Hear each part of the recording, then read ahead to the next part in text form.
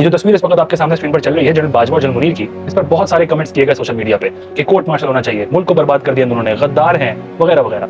लेकिन अगर इस तस्वीर को गौर से देखें तो ये निहायत ही सबक आमेज तस्वीर है हमारे हर सियासतदान के लिए कि किस तरह उनको मिल बांट के बैठना होगा मुल्क की हिफाजत के लिए और जमहूरियत के मुहाफिज बनते हुए। देखिए अभी हुआ क्या है कि आपने इनके इदारों को टारगेट कर दिया है, इनके घरों को घुसकर हमला करने की कोशिश की है, लेकिन जब इदारों पर बात आती है ना तो ये सब लोग ऊपर से लेके नीचे तक सबके सब इकट्ठे हो जाते हैं। इनको आप तोड़ नहीं सकते, इनको आप अलग नहीं कर सकते। इसी तरह यहाँ पर हमें जरूरत है हमारे सियासतदान मिलकर बैठे। जरा खान साहब से पूछिए कि जनरल फैज कहाँ पर है, किसी को नहीं पता वो कहाँ है। लेकिन इतना मैं कह सकता हूँ बगैर जाने कि वो जहाँ भी होंगे ना बहुत सिक्योर होंगे, क्योंकि इदारों पर बात आई है ना तो ये लोग एक दूसरे के मुखालिफ नहीं होंगे। फिर ये फेवरेटिज्म और बायसेस नहीं आती इनके बीच में। फिर इस वक्त इनके लिए इंस्टीट्यूशन होती है। मैंने इस पर वीडियो बनाई थी कि किस तरह इंस्टीट्यूशन पॉलिसीज बनती हैं, वो जरूर देखिएगा और किस तरह वो काम करती हैं। अब यही काम हमारे सियासतदानों ने करना है कि अपनी लड़ाई और अपने मफाद परस्त जंग को साइड पे करें और साथ आके बैठ जाएं। अभी पीडीएम क्या कर रही है, पीडीएम अपने वोट बैंक को मजीद तबाह कर रही है। ऑलरेडी हो चुका है। खैर एक बात तो समझ लीजिए कि इमरान खान साहब इस वक्त निहायत मकबूल हैं, उनको कोई हरा नहीं सकता। इस वक्त बहुत तगड़े हो चुके हैं वो। आप एक नहीं 10 पीटीआई हकीकी बना लें, कोई फर्क नहीं पड़ना। एमक्यूएम हकीकी, पीएसपी, एमक्यूएम पाकिस्तान हमारे सामने मौजूद हैं जीती जागती मिसाल के। इसका क्या रिजल्ट निकला? कुछ नहीं।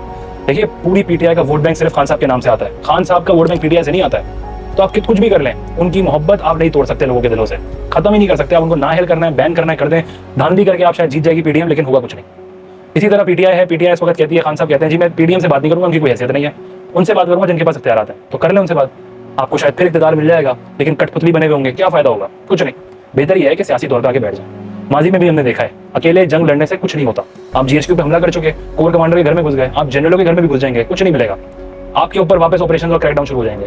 पहले मुर्तजा भुट्टो ने ये कोशिश की थी, उन्होंने पीआईए का प्लान हाईजैक किया कराची एयरपोर्ट पे। मिलिटेंट विंग चलाते थे मुर्तजा की वो अफगानिस्तान से। क्या मिला उनको? आखिर उनको मार दिया गया, खत्म, कहानी खत्म। आपको भी कुछ नहीं मिलेगा। लेकिन बेनजीर भुट्टो ने और नवाज शरीफ ने मिल बैठकर, दो बड़ी सियासी जमातें थी उस वक्त, इन दोनों ने बैठे और डेमोक्रेटिक चार्टर साइन किया। इन लोगों ने क्या करप्शन की, क्या चोरियां की, ये अपनी जगह है बात, लेकिन डेमोक्रेसी और डिक्टेटरशिप का फर्क सिर्फ यहाँ पे समझ लीजिए, वो अंडरस्टैंड कर लीजिए। जमहूरी अंदाज में उनको शिकस्त दी। जब अमेंडमेंट आया तब बॉसेस को पता चला उनके साथ क्या गेम हुआ है। 18वीं तरमीम को इंप्लीमेंट कर दिया गया। बीइंग अ कराचीआइट शायद हमारे लिए 18वीं तरमीम बहुत बुरी साबित हुई, लेकिन अगर मैं पाकिस्तान की हैसियत से बात करूं तो बहुत अच्छी है। आप प्री मुशर्रफ एरा और पोस्ट मुशर्रफ एरा देख लीजिए, कितने माशाल्लाह पहले लगाए गए और कितने बाद में लगाए गए, एक भी नहीं उसके बाद। और कितना आसान था पहले लगाना और कितना मुश्किल हो गया बाद में लगाना। ये सिर्फ 18 अमेंडमेंट की वजह से हुआ था और एक आर्टिकल 58(2)B की वजह से हुआ था जो जरदारी ने 2010 में इंप्लीमेंट किया था। ये किसने किया है? इन्हीं दोनों ने किया है। इन दोनों ने बैठकर डेमोक्रेटिकली इस चीज को तय किया कि हम ना आपकी हुकूमत गिराएंगे ना हमारी गिराएगा।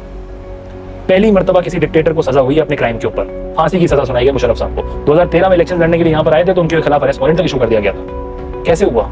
जमहूरी पार्टी सिविलियन कोर्ट में केस डाला गया था मुशर्रफ साहब के खिलाफ। पूरी की पूरी फौज और एस्टेब्लिशमेंट हिल गई थी इस फैसले के बाद, लेकिन पीपल्स पार्टी ने उनका साथ नहीं दिया। क्यों नहीं दिया? क्योंकि डेमोक्रेटिक चार्टर साइन किया था। मैं उनकी बहुत मुखालिफ हूँ, मुझे नहीं पसंद है पीपल्स पार्टी और पीएमएलएन। मैं उनकी करप्शन की बात नहीं कर रहा इस वक्त, मैं फैमिली पॉलिटिक्स की बात नहीं कर रहा। लेकिन हकीकत बात यह है कि जमहूरियत को प्रोटेक्ट करने में यही दो पार्टीज का हाथ था।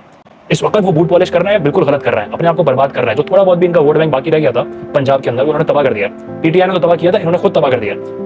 लगे हुए इस वक्त बूट पॉलिश करने में, रिजल्ट्स इनको पता है कुछ नहीं मिलेंगे। और पीटीआई को भी पता है, जिनके साथ ये बैठना चाह रहे हैं, जिनके साथ बात करना चाह रहे हैं, पावरफुल लोगों के साथ, कुछ नहीं मिलेगा उनको भी। एक वाहिद दल है, एक दूसरे के साथ मिल बैठकर बात कर लें कि भाई लड़ेंगे, एक दूसरे से बहुत लड़ेंगे, लेकिन सियासी मैदान में लड़ेंगे। किसी का सहारा लेकर नहीं आएंगे, किसी के कंधे पर बैठकर नहीं आएंगे। यही काम खान साहब ने करना है, यही काम शहबाज शरीफ साहब ने करना है। बैठकर बात करनी है, एक डेमोक्रेटिक चार्टर बनाना है और उसके तहत अगले इलेक्शन अनाउंस करने हैं। ना ये बूट पॉलिश करें ना वो करें। आप खुद देखिएगा मुल्क में जमहूरी निजाम आ जाए। सिर्फ थोड़े वक्त के लिए आप ये जियाला, पटवारी, यूथिया, चोर, लुटेरा, डाकू, भगौड़ा, इन सब चीजों से बाहर आकर सिर्फ पुराने वक्त को याद करें कि जब 2-2 साल के लिए बेनजीर आए, फिर मियां साहब आए, फिर बेनजीर, फिर मियां साहब, कितना काम कर सके वो। 2-2.5 साल की हुकूमत में कुछ नहीं होता, लेकिन सबसे ज्यादा काम अगर हुआ है तो वो 2010 के बाद ही हुआ। और उसकी वजह क्या थी? उसकी वजह थी जमहूरी निजाम। टेररिज्म खत्म हुआ, फैक्ट्रीज पे फैक्ट्रीज खुलती चली गई, लोड शेडिंग कम हो गई, सबसे अहम मार्शल लॉ लगना खत्म हो गया। बस इस तरह अपने लीडर से मांगे, जिस भी पार्टी को जो सपोर्ट करता है, चाहे नून लीग का हो, चाहे पीपल्स पार्टी का हो, चाहे पीटीआई का हो। 2008 से लेकर 16 तक का दौर देख लीजिए और 2018 से लेकर 2023 का देख लीजिए। फिर ना तो सहाफत पे पाबंदियां लगी थी, ना लोग उठाए गए थे, ना कोई पार्टीज, ना लॉयल्टीज, ना वफादारियां बदलाई गई थी। लेकिन 2016 से जब एक थर्ड फोर्स को इंप्लीमेंट किया गया और उसको बिठाया गया लाकर के जी नून लीग की हुकूमत को कमजोर करना है। बहुत इख्तिलाफ आते मेरे नून लीग से, मुझे नहीं पसंद है वो पार्टी, लेकिन उसको कमजोर बनाने में पीटीआई को बहुत बड़ी बैकिंग मिली थी। नून लीग के और पीपल्स पार्टी के लोगों को भर्ती किया गया था पीटीआई में, किसके कहने पे किया गया था ये आपको भी पता है। 2018 से सहाफत के ऊपर पाबंदियां लगी, मतीउल्लाह जान को उठाया गया, सदर अली तूर को उठाया गया, हामिद मीर का शो बंद किया गया।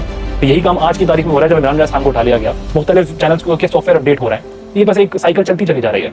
बेहतर यह है कि मुल्क की जमहूरियत को प्रोटेक्ट करें, उसके मुहाफिज बने, मुल्क की वसीतर मफाद में अपनी अना को साइड पे रख के बैठ जाए इकट्ठे, कोई आपको नहीं कोसेगा, लेकिन साथ बैठकर बात करें, वरना हमारे सामने हमारा मुल्क तबाह हो जाएगा।